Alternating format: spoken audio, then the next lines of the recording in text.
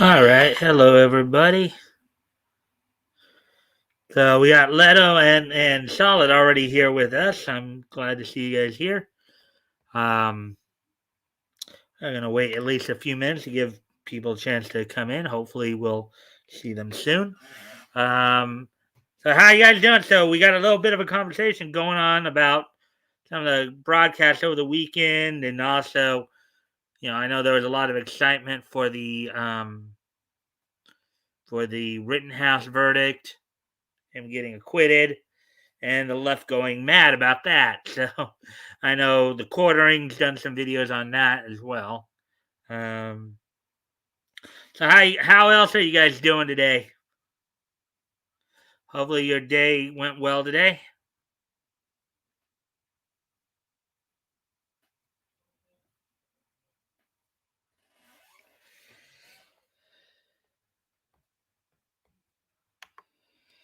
Hey Mike, you just might see me on Tuesdays. My Mondays are usually just burned out. All right, well I understand that. I guess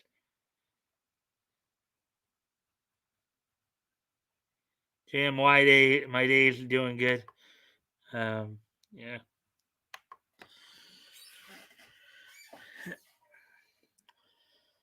How about yours? Getting ready for yeah. Of course, yeah. My aunt and cousins have come in from back east, so we've had a little. We've had some more leftovers around the house to eat, so that's been good too. So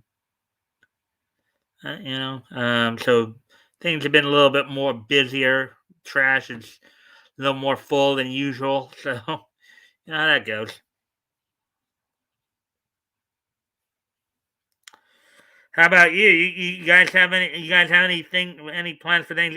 Oh, and you guys do know too that I won't be broadcasting Thursday or Friday this week, right? Just as a reminder to you guys, I'll be taking obviously both days off. Um,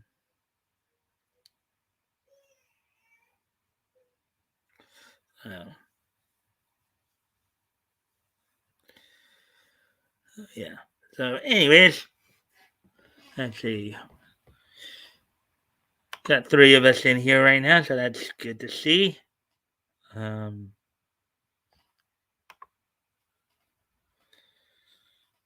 you know, I just eat a lot at my favorite restaurant. They always do Thanksgiving pretty good. I work on Thanksgiving. My wife will go with her family. Well, that sucks that you gotta work on Thanksgiving, man. But I guess, but at least hopefully you get holiday pay, which means you get more than usual.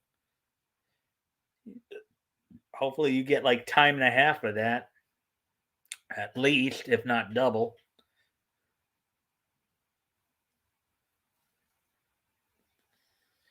Hmm.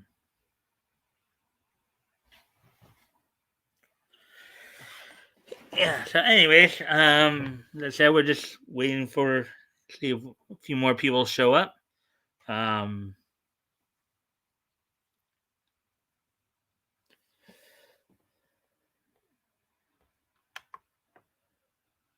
a lot of degenerates.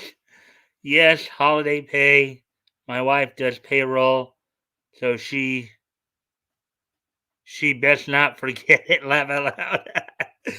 Yeah, she gets to see just how big your paychecks are, huh? That's probably exciting. You have any, Leto? You have any like favorite Thanksgiving memories you want to share? You know, from the past.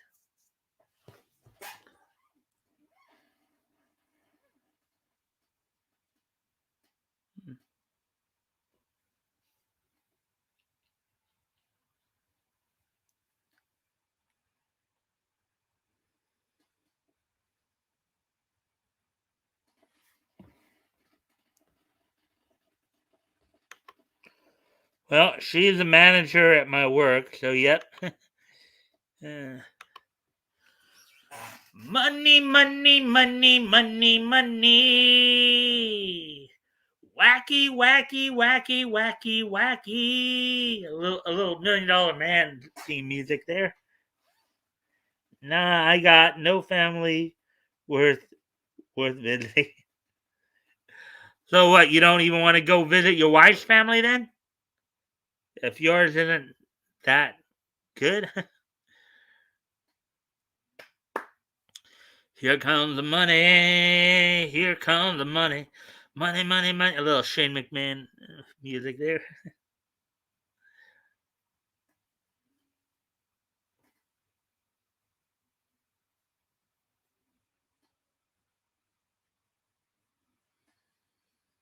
Hmm.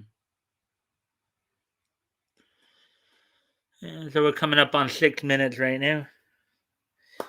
Yeah, I know. Like, of course, there have been some good Thanksgiving specials that happened over the year, like Charlie Brown Thanksgiving for one comes to mind. Oh, her family, I would. Oh, her family, I would, but meh. Hmm.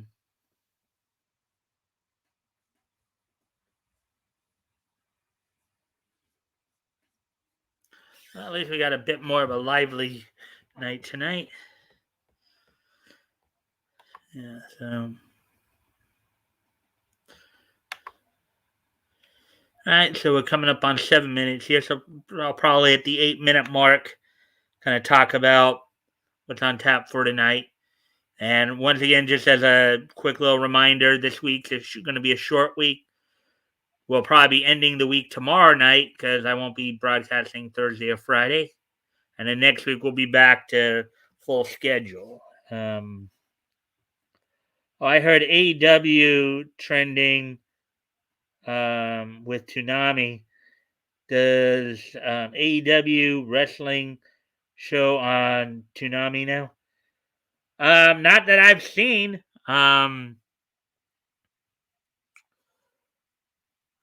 Not that I've seen, anyways. But maybe you would know about this. Well, not that I've seen, but like on the wrestling side of it, I haven't actually been watching any current wrestling of late. I haven't actually even watched the older stuff in a while. Um, I kind of know a little bit here and there, but nothing like haven't really paying too much attention. Tsunami, of course, I've watched that. Actually, this week, in fact, Friday they're going to be doing a special Toonami broadcast in which they're going to have a bit of a Black Lotus, or let's see, Blade Runner Black Lotus marathon, where they're going to be showing the Black Lotus 2022 movie or something like that, and then or 24, whatever that movie is, and then and then of course they're going to be showing the first 3 episodes that have been shown the last couple of weeks here. So just curious. So anyway, so we're coming up on 9 minutes now. So let me tell you what's on tap for tonight. So we got 6 stories to go over. 2 comics related, and 4 anime related. The 2 comics are from Bounding Into Comics, while the anime stories are from CBR. Among things including DC talking about fixing a continuity error in regards to Superman and him getting the great templates in the head. I just knocked my little desk here that I have my. That's why you probably saw that little jumpy feed there. Also, ArcToons came out with a Bounding in the Comics came out with an ArcToons review yesterday as well. We'll be looking at that, and then from the anime side of it, let's see. We'll be looking at how to get into Kamisama Kiss. There are a couple animes that are getting audiobooks. There's another one that's getting a live action anime adaptation. So, and then there's going to be an art exhibit at Anime Frontier. So, anyways, so with all that being said, why don't we go ahead and let's get started then. We're just past the 10-minute mark, and we got 3 people in here, so that's kind of nice to start off with. Hopefully, we'll get some more. I'm sure you guys have already, but if you just in the event you haven't, you can like and share the stream. That would be appreciated. See if we can get some more friendlier people in here. So let's get to this then.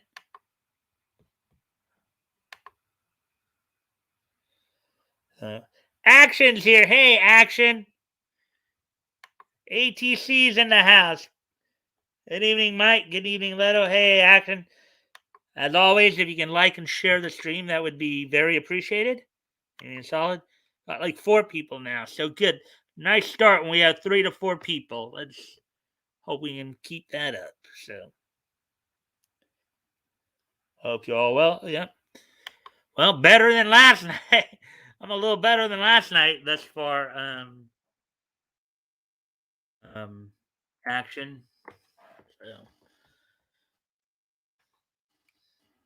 anyways, yeah. Alrighty then. So let's go ahead and get started here. All right, the first article we're going to get into tonight, first of 6. I'll let you guys talk as we're going over this. All right, so first article here. DC Comics fixes continuity error regarding Superman's graying hair with Action Comics number 1036. Article by J.B. Augustine, published yesterday. This is kind of the article that came up last minute last night, basically, as we were finishing up. I think I'd save it for today, which is a good. Did give us some articles to go through. While Superman has had gray hair in the past, his silver fox look hasn't typically been canonical to the main street of Earth Prime, being mostly seen in multiversal standalone situations regarded as Elseworld stories, such as Kingdom Come and the House of El storyline, in which you see, him at different stages of his life,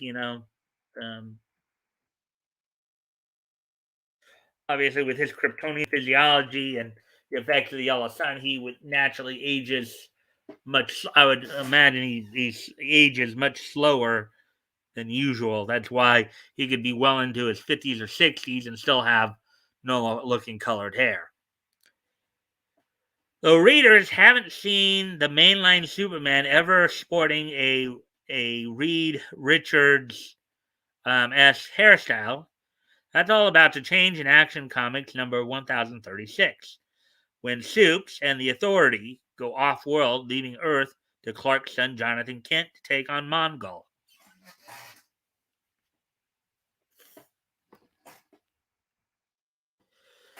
Going forward in the main continuity, the Super Kryptonian Dad will begin to show his age by taking on his grayer, wiser, middle-aged appearance look. A redesign was spurred by events of the Superman and the Authority miniseries, which opens with Superman explaining to Manchester Black that his powers are beginning to fail in his older years. As can sometimes happen, obviously, even somebody with Kryptonian physiology, eventually age will affect them. It just again probably affects them slower than most people, right?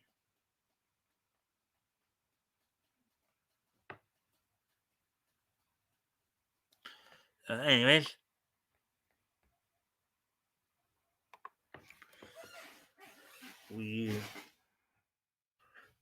there you see, and you see the his crest has changed from from what we know, with the black middle with the red outline and red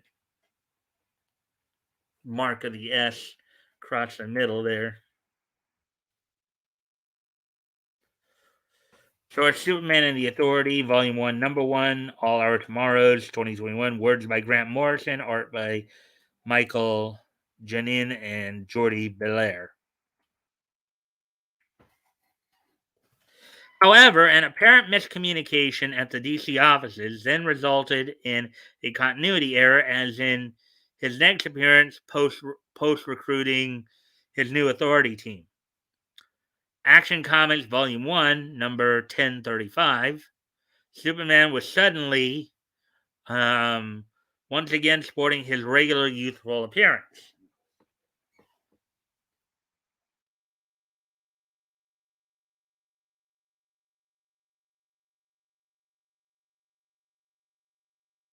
Action Comics Volume 1, number 1000.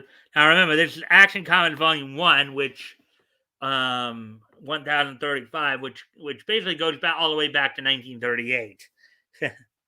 War World Rising, Part 6, DC comic, words by Philip Kennedy Johnson, art by Daniel Sampier and Adriano Lucas. Now, according to the recently released Action Comics number 1036, it turns out Superman's quote unquote regular appearance was a rather vivid illusion conjured up by Black and Enchantress. In reality, Superman's powers have been dwindling for months after an accident at Star Labs gave him radiation poisoning.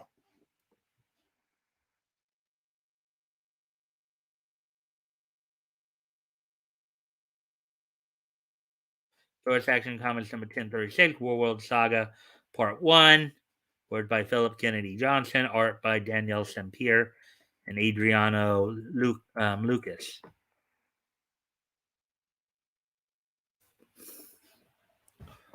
Let me see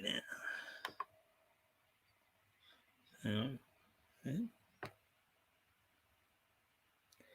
Hey, Pops, thanks for popping in, man. I see you there. Hey, yo. Yeah, hey, thanks for dropping in, my friend. Hopefully you'll stick around for at least a few minutes and catch some of this article at least. Hey, Zant. Hey, Comments Talk with Pops. Or Zant. we Leto, we just call him Pops. That's usually what most people just call him. Pops. Yeah. And thank you for sharing my video, Pops. I really do appreciate that. I just got the notification that you did, and hopefully you'll stick around to catch some of the article here that we're going through. So, anyways, here we go. Continuing on, Black and the Witch were thus enlisted to cover this up in order to maintain appearances that Clark is still pound for pound the strongest being on Earth. Manchester only tells the team the secret as a formality when Mongol, who is far from fooled, figures it out and breaks the illusion spell to expose Clark's new and true form, gray spots and all. Yeah, that's got to be quite disconcerting. You do everything you can to promote this particular image of yourself physically, and somebody comes along and just bam, all of a sudden you look like a decrepit old man or something. Um. So, anyways, um,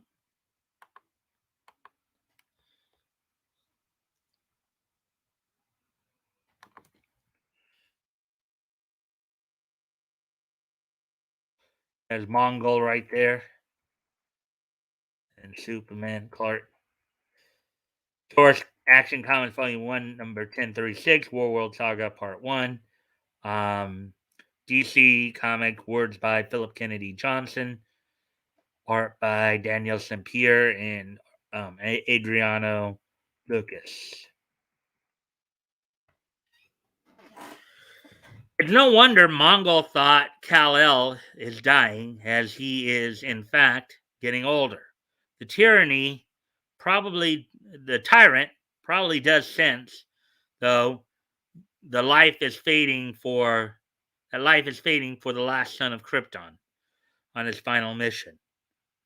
For a company that swore they weren't going ahead, with the continuity relaunch when it was called 5G, DC sure looks like they're going ahead as planned over a year ago, except without Dan Didio.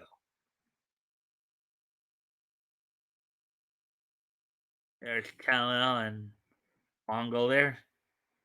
Action Comics #1, number 1037, cover art by Dan Sempier and Alejandro Sanchez.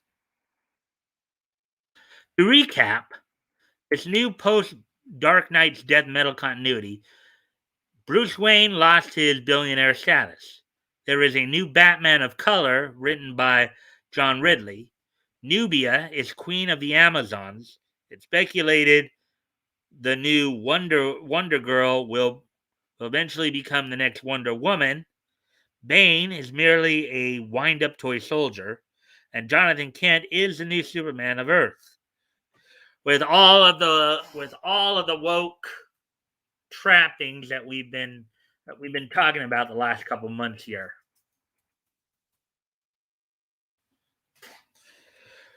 And as I know, as RJ had pointed out on a few occasions, part of this too, they're trying to get rid of a lot of the legacy characters like Bruce Wayne and Clark Kent, in part so they don't have to pay like the original creators. Um, so they don't have to pay the original creators, the money they're owed.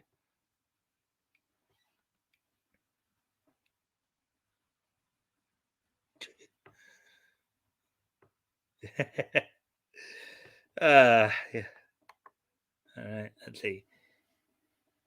But John is half Kryptonian, so that means he'll age faster than his dad. Right?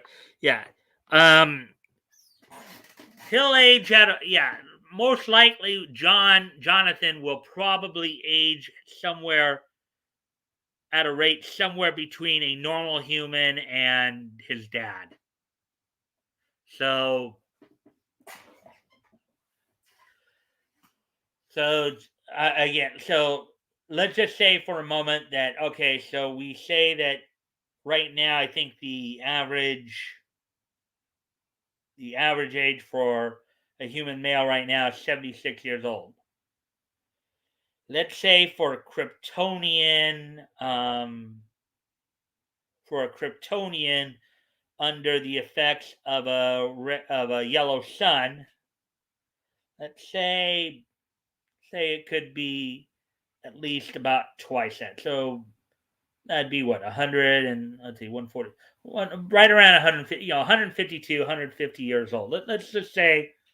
So that would mean that in Jonathan's sake, he might age at a rate where he might have potentially be in an average age range somewhere in the low hundreds, right? 100, 110, 120, around there. That's just I'm just throwing numbers out there as kind of a theory. He'll most likely age faster than his dad, but he'll still age slower than a normal human. So he'll be somewhere in between. We obviously don't necessarily know what that would be, but yeah. So, anyways,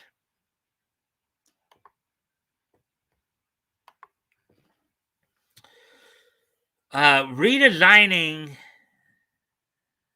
Okay, yeah, redesigning his father into a silver fox, aptly echoing Alex Ross and Kingdom Come, added with a little bit of All Star Superman in the digestic radiation overdose, could have potential. But if the deduction this is building to a Death of Superman rehash has any legs, um, we know where it all leads. And I know we did cover an article on that as well.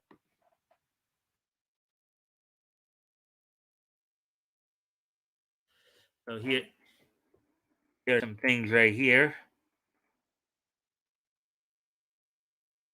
panels right here that we're looking at.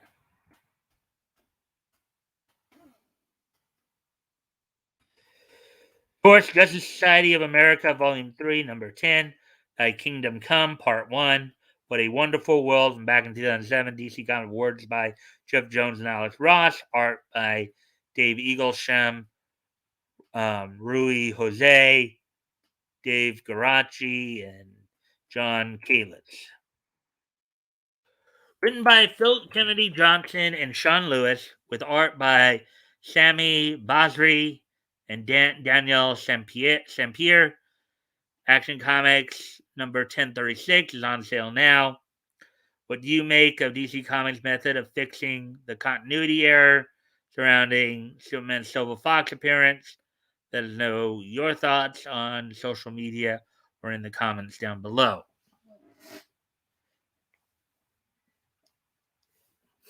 Oh, yeah, it might just be, opening a door for them to try to get rid of Clark altogether so they don't have to pay the Siegel family for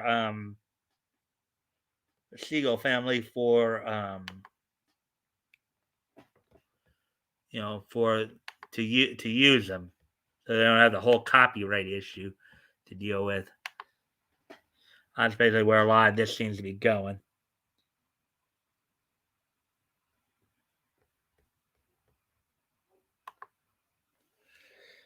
I wish he aged like a normal human, so he could die faster. yeah. Hopefully, maybe they'll get a Leto. Maybe they'll get smart, and his quote unquote relationship with Jay Nakamura will have a negative effect on him that it will be even worse than kryptonite for him.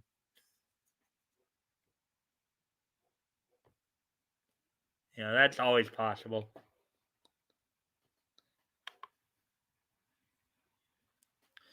Oh, anyways, and of course YouTube is screwing around with the count again, as they usually do.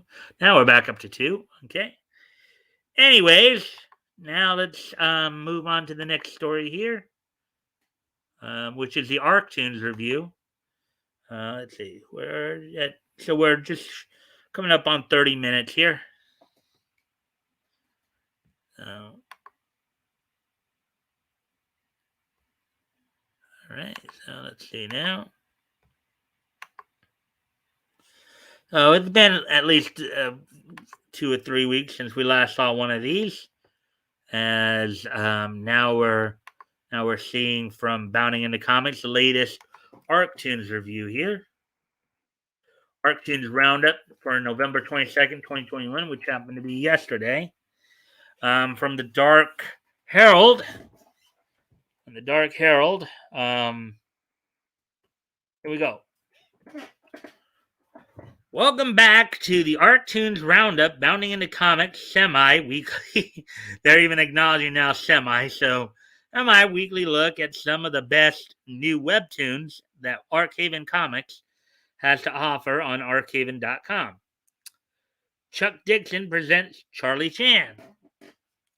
Now, some of you who are a little bit older might also remember Charlie Chan and his amazing Chan Clan from the 70s, that cartoon as well.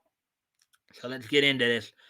This issue is rather sought after by collectors because it was the product of a collaboration by comic book legends Joe Simon and Jack Kirby, the latter of whose art style can be easily recognized in the book's cover art. And no, despite how the logo appears, this is not a DC comic. The first C in the logo was obliterated. Otherwise, it would reveal that this was a Charlton title. And Charlton was a company that was around, from the 40s to the 60s. Basically, Charlton is where characters like Captain Atom, The Question, Nightshade, Peacemaker, Peter, Ken, and Thunder all came from. That's where DC got those characters from. Was from Charlton. All new mystery adventures of Charlie Chan.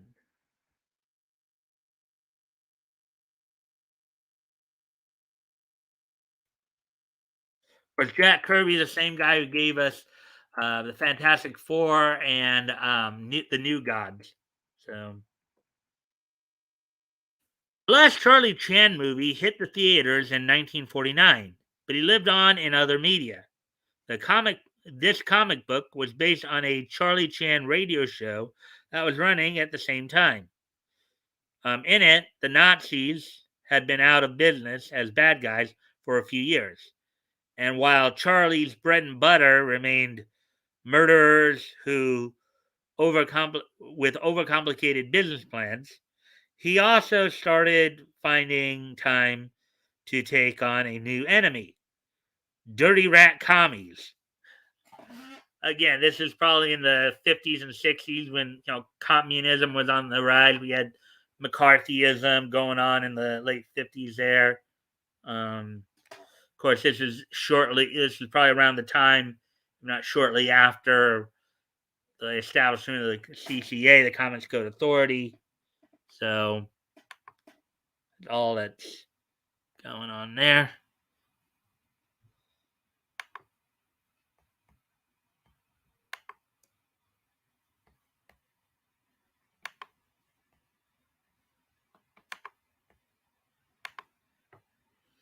All right. So, anyways, let's continue on that. So, bomb, destroy, Portland, Charlie. I don't understand. Obviously, Leroy staggered here because you live near a waterfront, but words make no sense. You mentioned waterfront, Inspector Leroy. Inspector Leroy was on the case at waterfront. Comic book writing is drastically different from most fiction. Considering how most humans communication is nonverbal. Learning to write dialogue in a purely text driven media is different from writing everyday speech because, as the old saying goes, 90% of what you tell someone doesn't come out of your mouth. Charlie Chin, or okay. Thus, a comic book writer is dependent on his artists to do half of the work. For example, in this panel, Jack Kirby has Charlie Chan's face communicate, quote, dude, this woman is practically wearing signs saying, in smaller quotes, I'm trouble. What happens to you next is your fault. Unsmaller quote, don't mess with her. Quote, and end quotes there.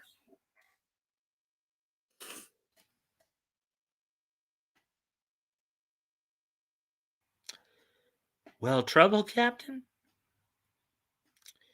Miss, Miss Orloff. No, no trouble. Just a routine matter. This is Inspector Chan. Click, click, click. Says a lot about Chan's character that Chan's direct involvement in the Korean War did absolutely nothing to affect his popularity. The great detective soldiered on for most of the 20th century, starring in a TV show in the late 1950s, an abortive TV reboot in 1973 starring Ross Martin. Sure, why not? And finally, an equally terrible comedy in 1981 with Peter Ustinov in the title role. Yeah, I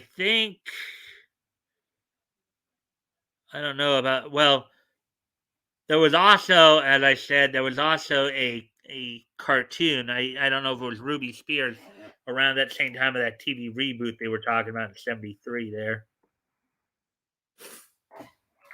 After that, the name Charlie Chan was viewed as too much of an embarrassing ethnic slur to continue using the character, regardless of how groundbreaking and progressive he had been in the 1920s. Sadly, he was not the last hero to be discarded for all the wrong reasons.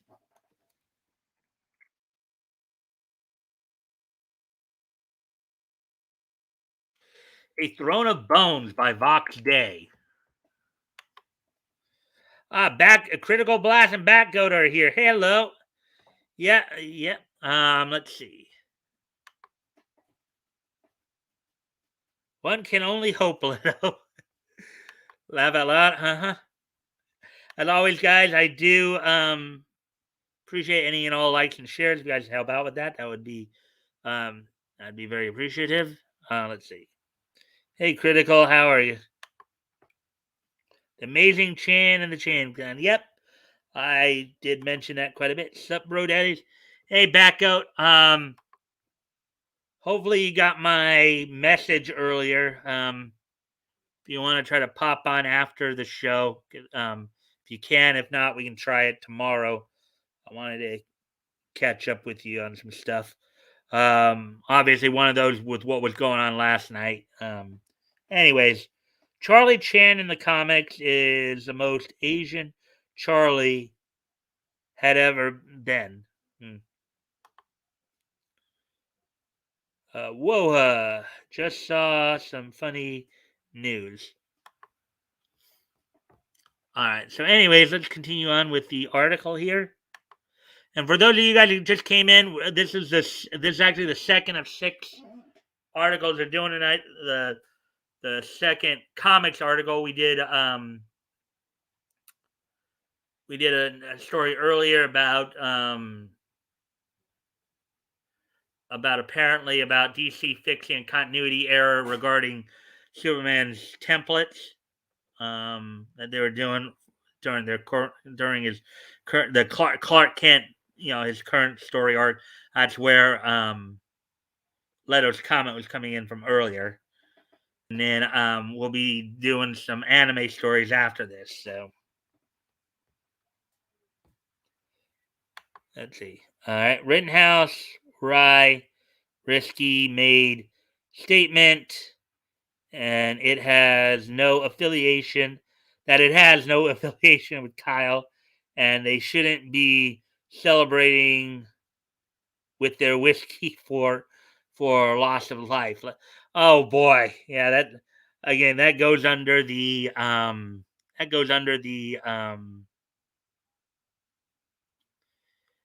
how to chase your customers away. Mike, I got the screen cap from last night, but I need to fix it through my Photoshop. I can highlight the threat. I will do that and mail it tomorrow. Was running around today. All right. All right. Well, thanks for that update. And then that literally will cost them business. Yeah, that statement that Leto just pointed out there will probably cost them some business. Anyways, I do thank you guys. We're up to technically 8, but we're showing 9 likes, so that's good to see. Oh, by the way, let me ask you guys something because are you guys seeing, even though to me I see 0 dislikes, are you guys seeing a number on the dislikes? Or is it just the dislike button? Just so I know, just so I'm aware. Ask away. Yeah. I see 0.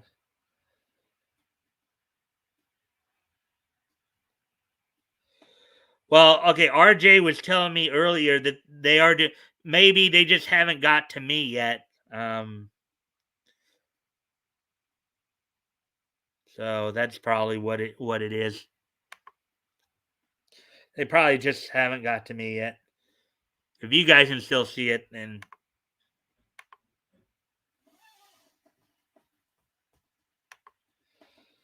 Mike, the only one happy about the dislikes being taken away. Well, the cat. Well, what it is you can still dislike. You just can't see the. Supposedly, you just cannot see the number. I welcome. I'm born.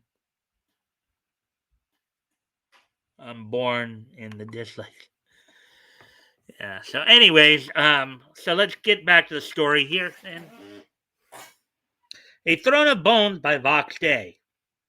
A Throne of Bones takes an intriguing shift in viewpoint starting in episode number 21. Up until this point, we have only seen things from the Romans' point of view. But now we get to see how goblins look at their world. Here's some of the artwork right here. This is from Throne of Bones from Archive.com. This is, I guess, Vox Day's book or one of his books. Small, vicious, um, and possessing disgusting habits. Goblins generally have it pretty tough in fiction, usually serving as nameless, tertiary filler characters. In role playing games, even a newly minted first level character typically has no trouble bullying them as a cheap source of XP on their way to second level. Okay.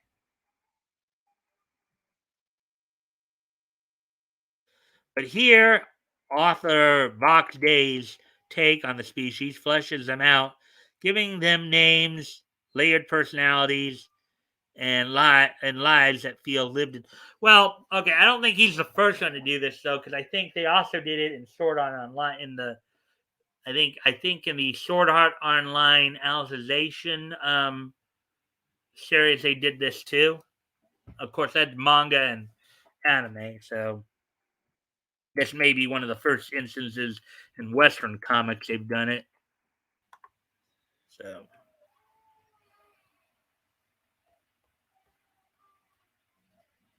like, man, is Vox still pro communist comic book union? That roll on anti perspirant looking for. I don't know. I apparently he hasn't said anything since all that came down. So I don't get it.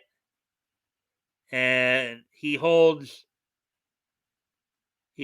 and has a funny looking head.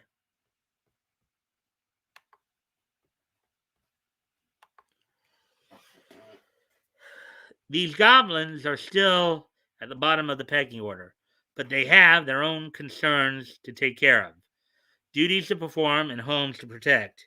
However, these goblins aren't so badly off that they can't show a little compassion to those that are lower on the ladder than they are.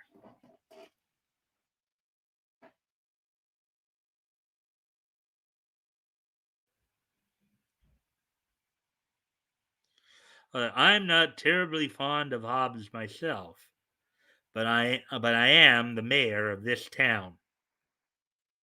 I will not allow a troop of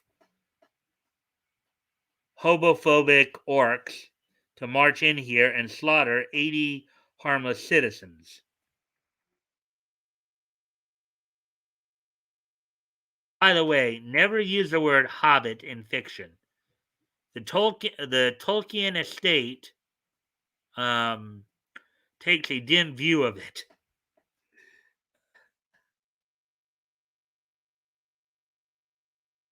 If they are still here at sunup tomorrow, chances are they won't live to see sundown.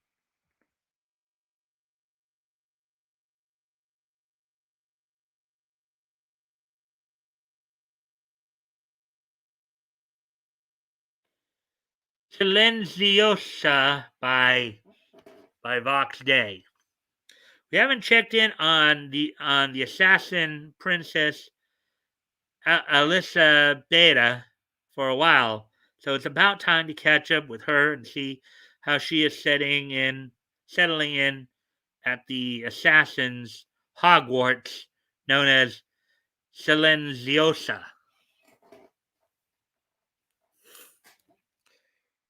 You have an innocent countenance. That should prove a boon to your vocation.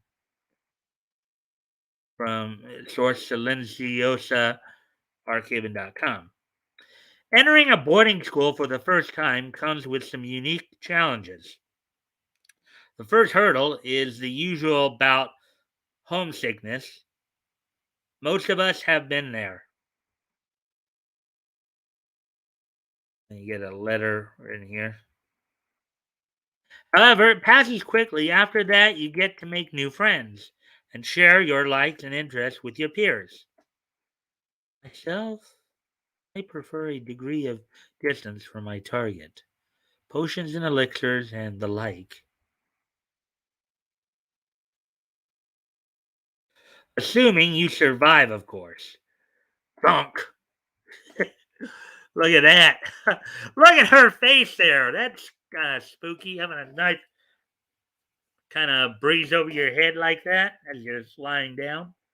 Lucky thing she didn't sit up there, because she sat up there, she would have probably got it right in the head there. She could have got it in the head or the eye or just the middle of the face, and that would have been horrible if she just popped her head up like that. Man. Ah.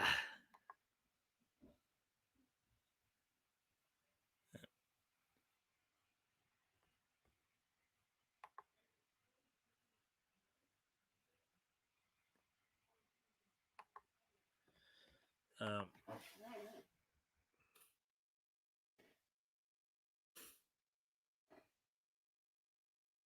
that's all for this week. This week's ArcTunes roundup. If you would like to see your comic book on ArcTunes, please send your submission to submissions@archhaven.com. ArcTunes' motto is that great stories belong to the world. So if you would like to support the website, please consider buying a subscription. While ArcTunes titles on ArcTunes will forever remain free to all, independent creators operating on the platform will soon have the option of being directly supported by their patrons. See you next time. All right, so we got to the two comic stories. We're at 40. We got through all that pretty well. So now we're gonna start heading over to CBR and look at some of the anime stories now. Hopefully everybody's still with me here.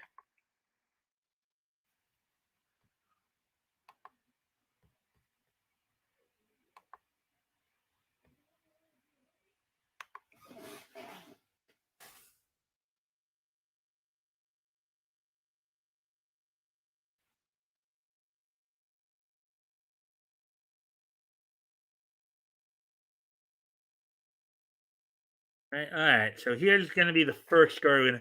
So we got 4 anime stories we're going to kind of go through here. Which hopefully should get us to about an hour. Let's see. I'm here. Yeah, Leto, I see you're here.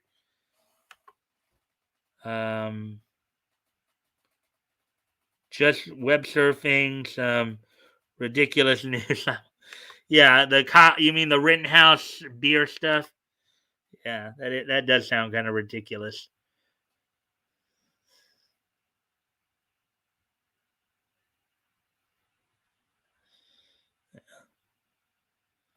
So, anyways, hoping Batgoat's still here and toys are here as well. You guys can chime in there, and that'd be appreciated. Anyways, let's get to the first of the 4 anime related stories here.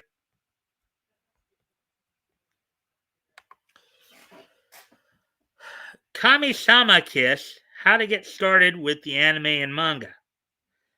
Kamisama Kiss is a shoujo classic following the story of a girl who suddenly becomes a goddess.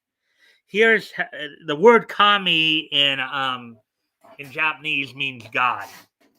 Just a little FYI right there. Kami is a Japanese word for God. So Here's how to get into the fan favorite series. Article by Lara Adams, published 16 hours ago. From the title alone, it's easy to guess what to expect out of Kamisama Kiss. Basically, being kissed by a goddess, I guess. um, yeah. One of these days, I'm going to have to watch that one. There was another one with the main character, Belle Daniel. Oh my goddess, that was another one. That was a cute one. The Chojo Classic is a lighthearted love story that has its serious moments, but always returns to its signature optimism and sincerity, especially with the feelings that the cast of characters hold for each other. It's a feel good story that continues to capture hearts with its exploration of Japanese folklore in a modern world, a plucky protagonist, and her grumpy yokai guardian, and a time destined love story. Fans of Inuyasha, Noragami, and Beyond the Boundary may end up finding a new favorite. Here's a guide on how to start exploring the series. Kamisama Kiss is the story of high schooler Nanami Momozono, who is kicked out of her apartment after her deadbeat dad gambles away their rent and leaves town. Nanami goes to a local park trying to figure out her next move when a stranger calls for help grab her attention. She finds a man in a tree hiding from a dog and helps him out, after which he offers her a place to stay at Mikagi's shrine. Nanami accepts the offer with no idea that the man she just saved was the god of Mikagi's shrine, and he's just passed his title and duties onto her. Whoa! That's interesting. Sounds pretty interesting. Help out a god, and then he hands you the keys to heaven. that's that's funny. A plot of Kamisama Kiss. You guys might be. Let's see.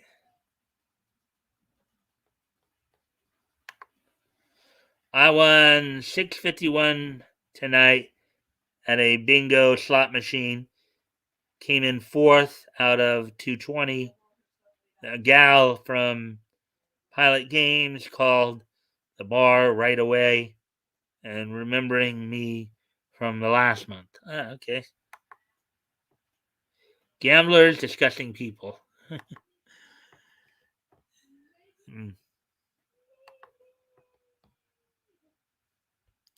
Anyways, the plot of Kamisama Kiss.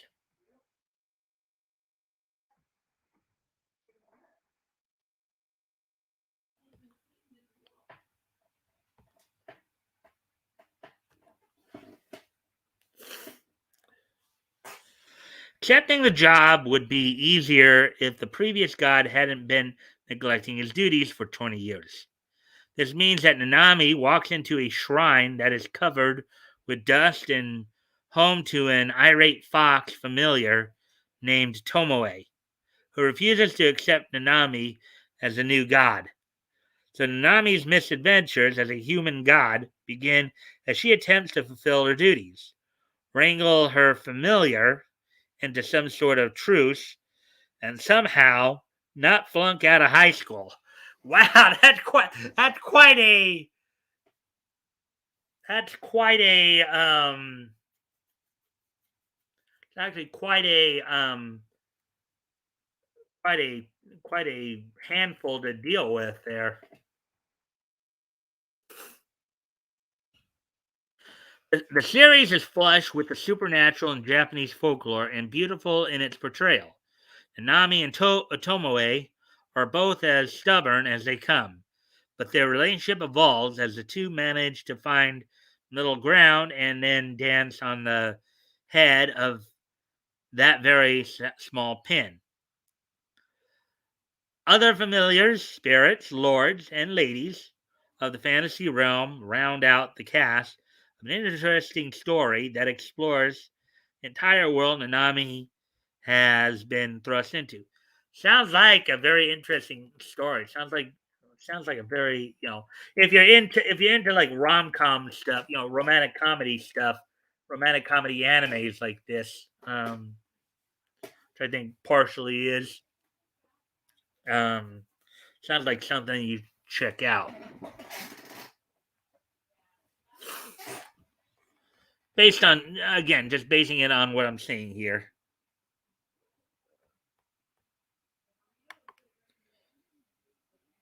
Nice, congrats, Batco. You're lucky with the bingo. Yep.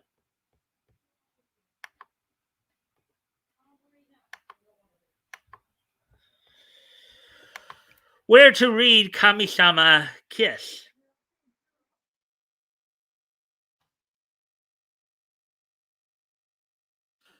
Kamisama Kiss began publication in 2008 and is licensed by Viz Media.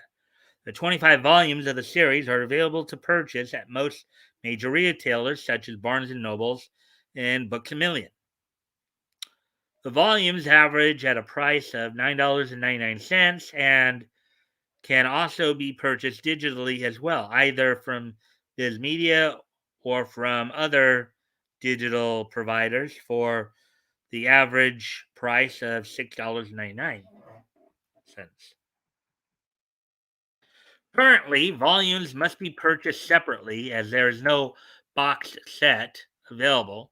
Since the manga is older, it can be difficult to find certain volumes on secondhand sites, including making major retailers more reliable. Where to watch Kamisama Kiss?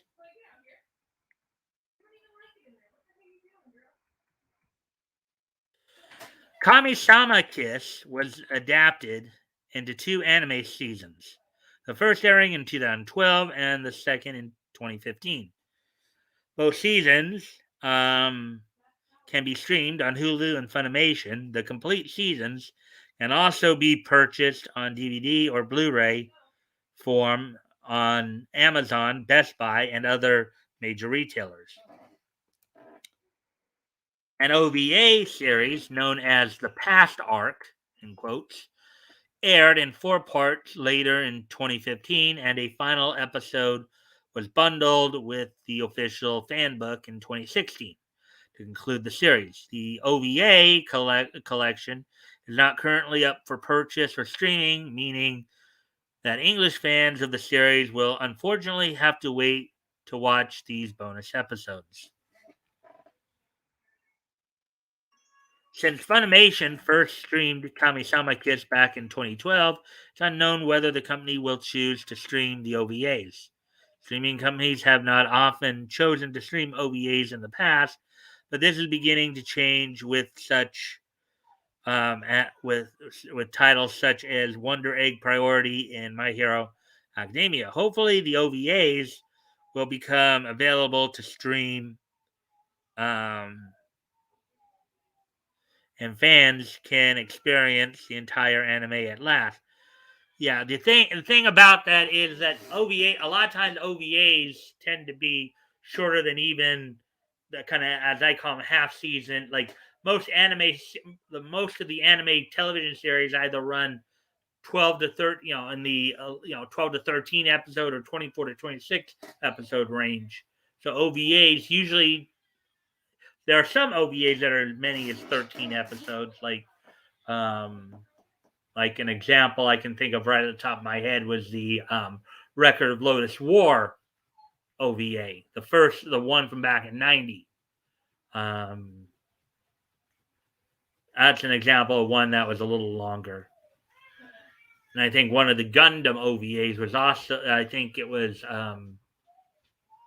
080, I think oh 08, Gundam 080, I believe, was a little longer, or one of the two that came after the first Gundam series. But OVAs tend to be shorter than even most anime series themselves. So, anyways, so we're done with that article. Let's see, and we're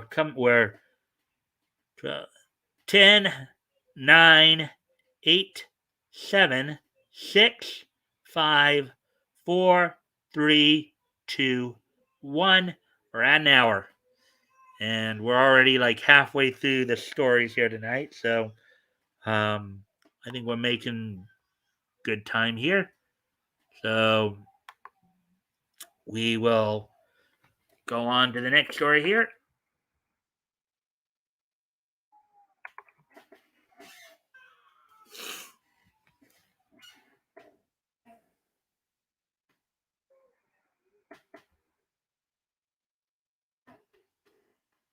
All right, so here's the next article we're going to get into. So I'm a Spider, So What, and Bunny Girl Senpai audiobooks announced. So yeah, so this is the story I was mentioning earlier that a couple of anime titles were getting audiobooks. So let's look at this. So Yen Press announced at Anime NYC that it will be releasing audiobooks for Bunny Girl Senpai, Spice and Wolf. So there's a third one in there, Spice and Wolf, and So I'm a Spider, So What in 2022. Article by Dylan Desir, published 12 hours ago. Yes, right there at the bottom left there, that's Bunny Girl Senpai right there. Bunny Girl Senpai,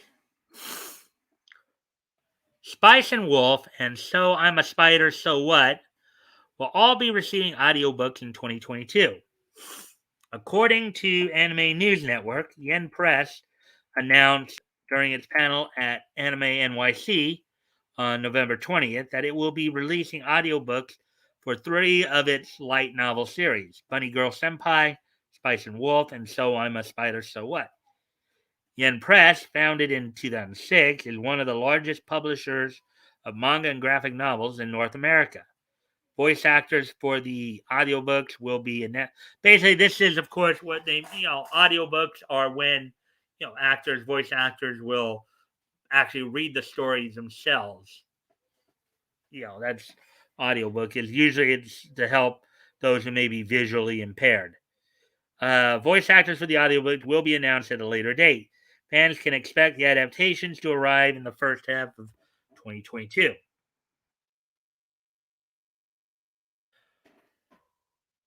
Rascal Does Not Dream of Bunny Girl Senpai is a light novel series written by Hajime Kamoshida and illustrated by Keiji Mizoguchi. The novel follows the protagonist, Sakuta Azusagawa, as he tries to solve the mystery of adolescent syndrome, a bizarre phenomenon that affects young girls.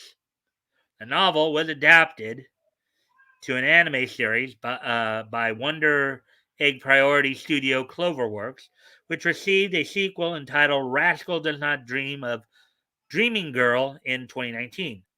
The audiobook for the first volume of Rascal Does Not Dream of Bunny Girl Senpai will be released by Yen Press on June 14, 2022. And I've been noticing this a lot lately. There have been a few titles like this coming out in recent years that have been like pretty long like that. Rascal Does Not Dream of Bunny Girl Senpai. Let's see, there was another one.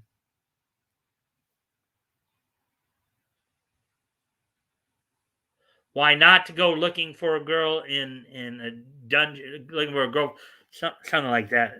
Girlfriend in a dungeon. So some of these very long titles like that are kind of an interesting take to take with titling something. Anyways,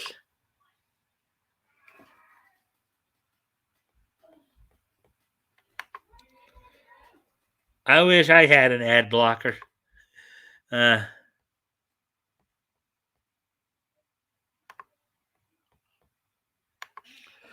Spice and Wolf is a light novel series written by Isuna Hasakura and illustrated by Ju Ayakura. The novel follows the adventures of a traveling merchant named Kraft Lawrence and wolf goddess named Holo that Kraft finds sleeping in his cart one night. Yeah, I've seen the anime for this. It's kind of an interesting anime, in terms of like the locale. You kind of got the feudal medieval European feel to it.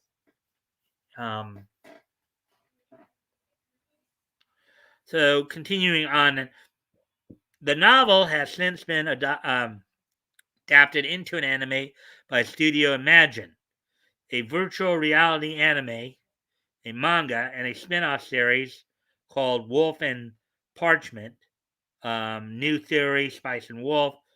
The audiobook for the first volume of Spice and Wolf will be released by Yen Press on March 15th, 2022. All right, before I'm going to go off camera for a quick sec before I read this last paragraph. Just want to take care of something real quick, and then I'll be right back.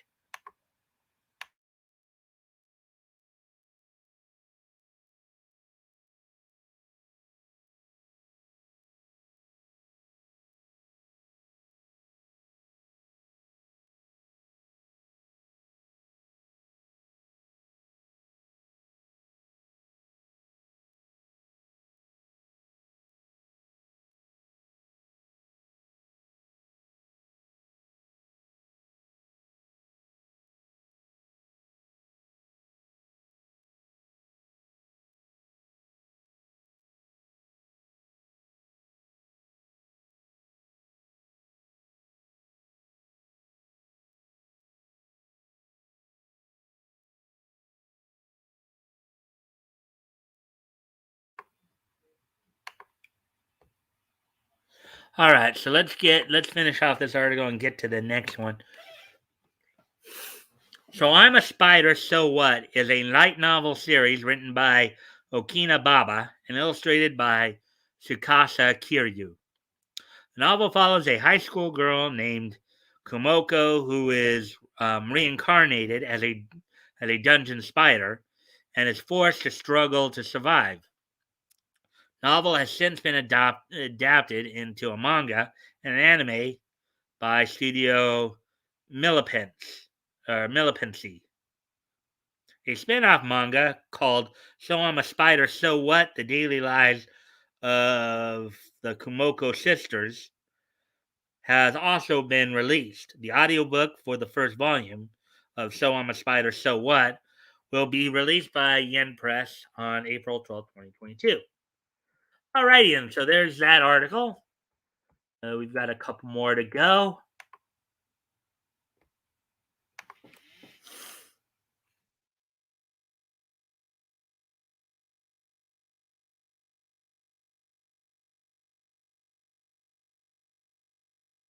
Here's the next article I was going to go through here. See if you guys are saying anything new. I guess not. I guess the conversation's kind of gone a little quiet there. Hmm.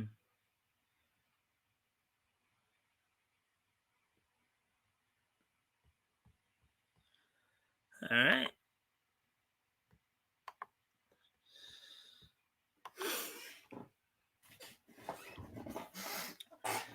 Classic Holic Manga announces live action movie adaptation. Clamp's beloved supernatural manga series will be adapted into a live action movie, which will star Your Name's Ryunosuke Kamiki. All right. Yeah, I've seen the anime Holic before. It's a pretty um interesting series, a little surreal. Article by Michael Cerna, published 6 hours ago. So yeah,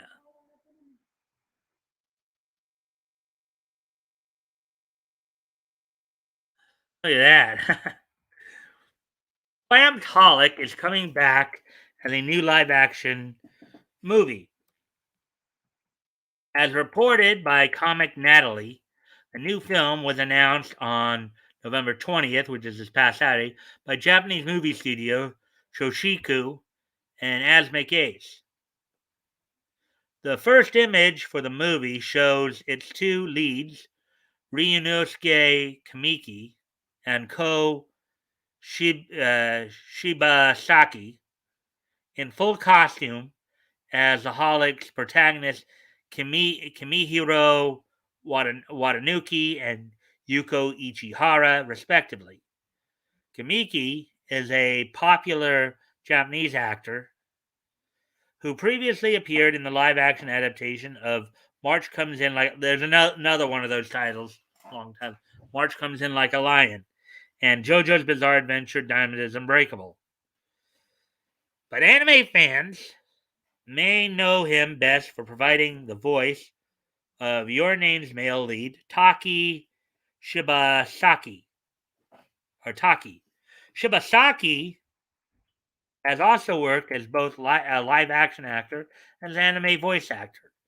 In addition to appearing in the live-action reimagings of Dororo and Black Jack, she has performed in one of the Detective Conan anime movies and 2021 Child of Kamirari Month.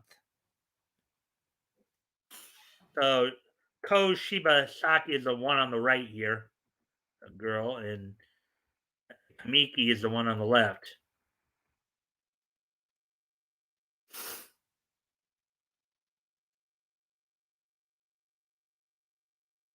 And I guess according to them, the release date is going to be April 29th, 2022. The movie will be directed by Mika Ninagawa, who previously directed the Netflix original series Followers. The movie script will be written by Erika Yoshida, who previously worked on Lupin the Third Part 4 and the animated manhwa adaptation Tower of God. The film is scheduled to premiere in Japan on April 29th. An international release for the movie has not yet been announced. Holic was originally a manga series created by Clamp, a collective of all-female manga artists who are also known for creating the popular magical anime Cardcaptor Sakura and the crossover fantasy series Tsubasa Reservoir Chronicles. And they've had a few of them. Clamp is has been a pretty well-known company, since its founding. The story published its first chapter in 2003 and was one of the most popular manga titles of the early 2000s. With the New York Times listing it as the 6th best-selling manga of 2009. The series tells the story of Kimihiro Watanuki, a high school student who has been cursed with the ability to see ghosts and other spirits. Kimihiro seeks out the assistance of a witch, Yuko Ichihara, who agrees to relieve him of his supernatural vision, provided he works for her as an assistant in her wish-granting business.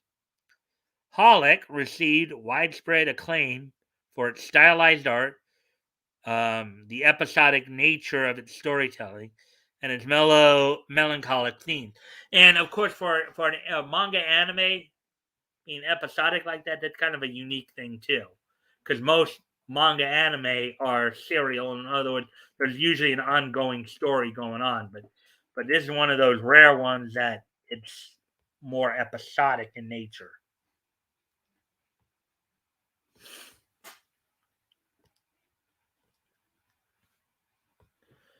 So the series was adapted into an anime by Ghost in the Shell Studio Production IG in 2006. A new movie will be the third live-action adaptation of Clamp's manga. The first an 8-episode miniseries was broadcast in 2012. An all-male stage adaptation was also produced, which premiered in Japan earlier this year. The idea of probably an all-male stage adaptation, that's what I think No Theater is. NOH. Part of Japanese culture, actually. Oh, there we go with that one. And I think we have just one more after this. Let me just...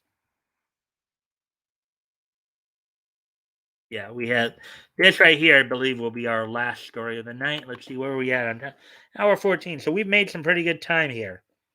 Let's see.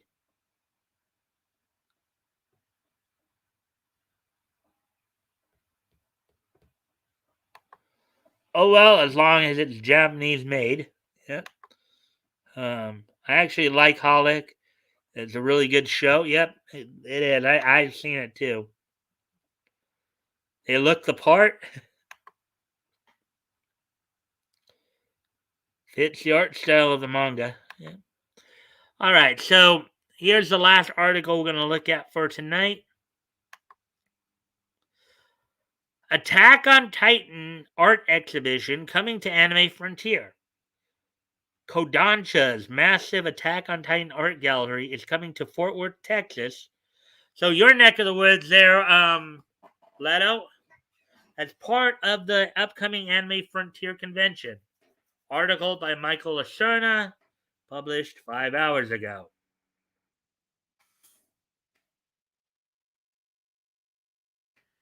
Kodansha is giving Attack on Titan fans in the United States another chance to check out its massive gallery of art from the series.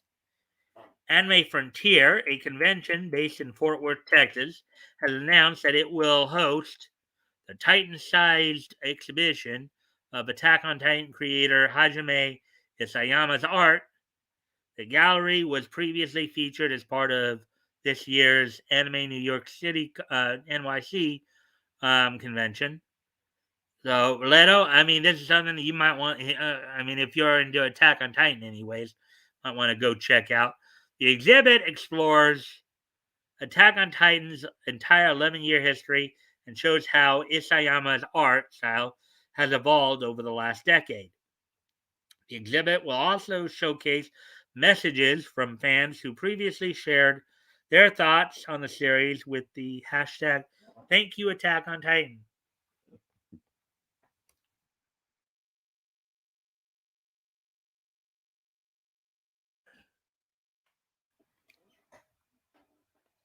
Fort Worth is too far. Hmm. Well, I knew you were in Texas somewhere, so I figured hey, you might be interested. But if that's the case, that's the case. Kodansha put together the gallery to celebrate the series' history and hype fans up for the anime's impending finale, which will be broadcast in Japan on January 9th. Crunchyroll will simulcast the series as it airs in Japan with subtitles in 8 languages to over 200 countries globally. Funimation will also simulcast the series in the United States, Canada, United Kingdom, Ireland, Mexico, Brazil, Colombia, Peru, Chile, Australia, and New Zealand. As with the first half of the first season, which aired last winter, the series' final run of episodes will be produced by animation studio MAPPA, who took over production of the popular shonen anime after Wit Studio produced the show's first 3 seasons. Attack on Titan's final season part 2 will begin where the first part left off, with Reiner preparing to fight the series' main protagonist, Eren Yeager. The last batch of episodes will adapt the remaining chapters of Isayama's manga, which published its last chapter in Japan earlier this year. Kodansha published the final collected volume of the manga in October. In addition to the gallery, Anime Frontier will also feature a Q&A session with Eren Yeager's English voice actor, Bryce Papenbrook. In addition to portraying Yeager, Papenbrook is also known for filling the role of the boar-headed swordsman Inosuke in Demon Slayer Kimetsu no Yaiba and for portraying Kirito in Sword Art Online. Other voice actors making appearances at the con include Alex Lee from Demon Slayer. Alex Lee, I believe, does the blonde orange haired guy. Christopher Sabat, Dragon Ball Z, boo. Amanda Lee from Zombieland Saga, among others. The convention will also host a panel from Crunchyroll, who is co-sponsoring the event, a virtual concert by J-pop band Iris, and screenings of anime such as Studio Trigger's Premiere and the sleeper hit Odd Taxi. Anime Frontier will be held in Fort Worth Convention Center from December 3rd to the 5th. So next weekend, basically.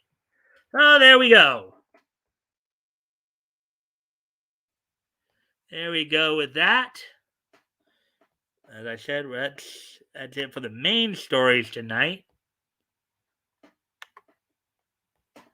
So how's everybody doing? Everybody enjoying this? Did everybody enjoy the stories tonight? Stories you went through?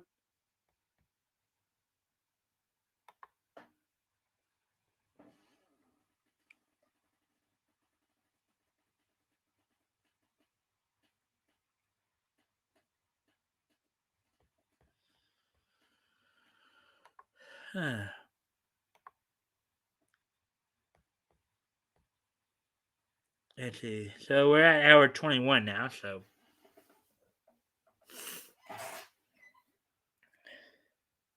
yeah, they were good. I enjoyed them. Yeah, I really got into particularly the anime ones in particular. Those were pretty fun to go over. Um, but even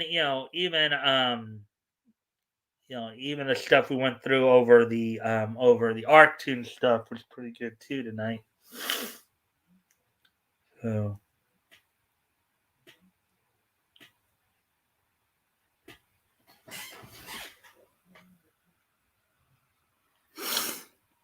anyways. So, I know Leto's here because he just talked. Batgo toys, you guys still here? Oh, and does anybody know what happened to Woody? Because he hasn't been on the last few days.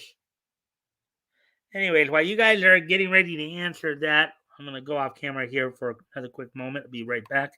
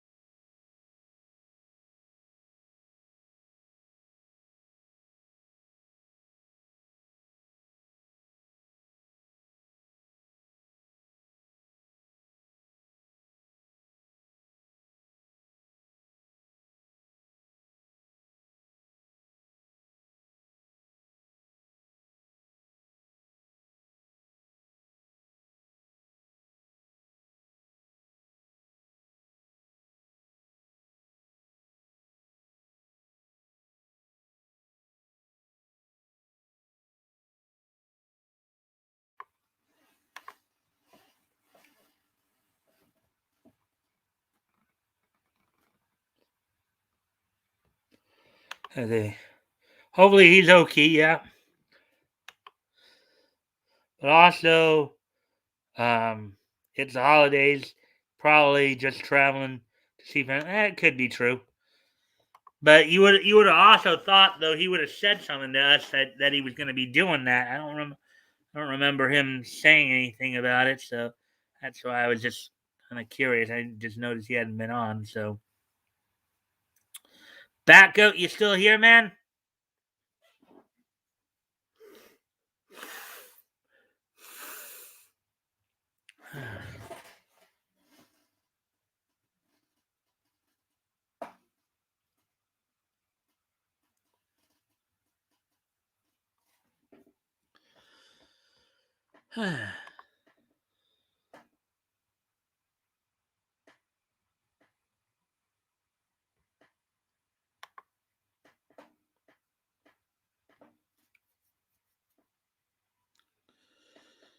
All right. Well, coming up on an hour and a half here, guys.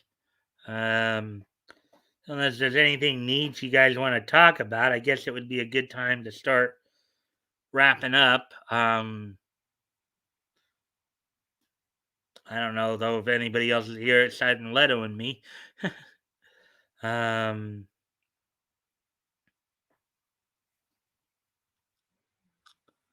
so, anyways, aside from Leto and myself, is anybody else here? Toys? Well, actually, maybe Toys left earlier because I think he did actually say he was leaving earlier, but.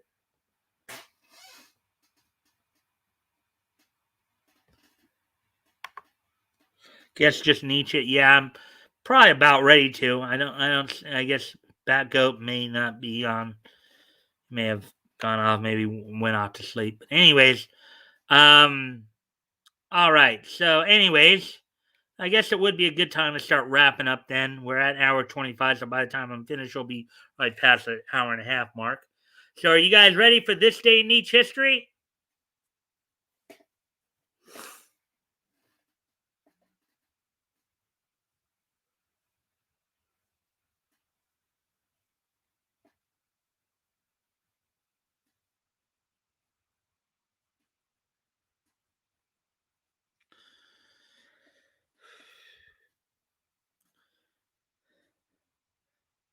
You guys ready for this day in Nietzsche history?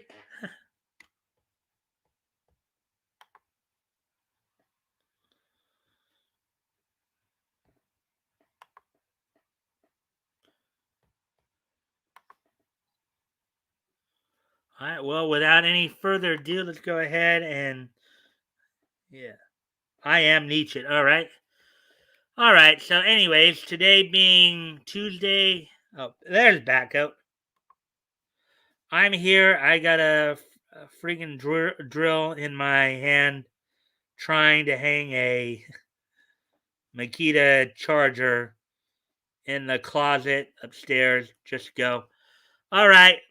I can tell you're busy, but I was hoping to see if you could talk, but I guess if you're busy, we'll just wrap up. Hopefully, we'll try to talk next week then at some point, maybe on Monday or something like that. Anyways, so without no further ado, let's go ahead and get started. Today being Tuesday, um,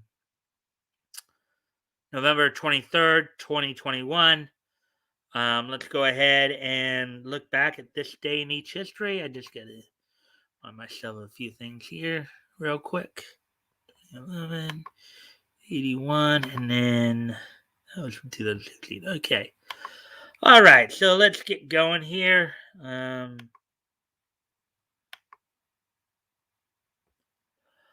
right. So our first stop, we're going to head back 40 years ago today. 40 years ago. As on this date, 40 years ago today, Pedro Morales wins the WWF Intercontinental title from Magnificent Don Morocco, from in New York City at Madison Square Garden.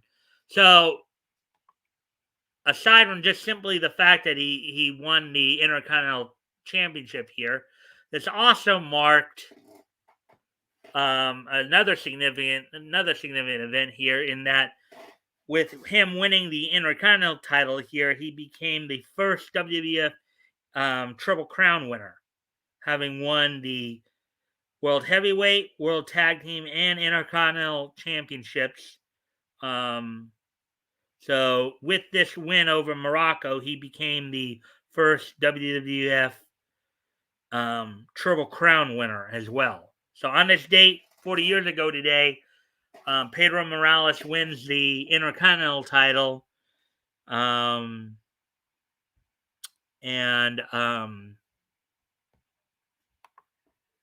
wins the Intercontinental title, and becomes the first WWF Triple Crown winner. So, with that, let's move on to the next thing. As we head back just 10 years ago today, as on this date, 10 years ago today, the 85th issue of Invincible from Image Comics went on sale on this date in 2011, 10 years ago today. It went for $2.99 and it was 32 pages. So The 85th issue of Invincible went on sale today from Image Comics.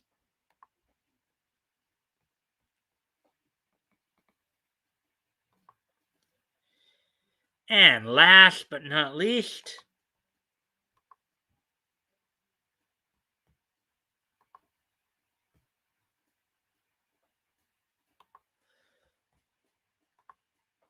on this date 5 years ago today, Walt Disney's Moana went, premiered in the United States here, after a preview showing at AFI Fest on the 14th. On this date was the wider U.S. premiere of 2016 Walt Disney film Moana.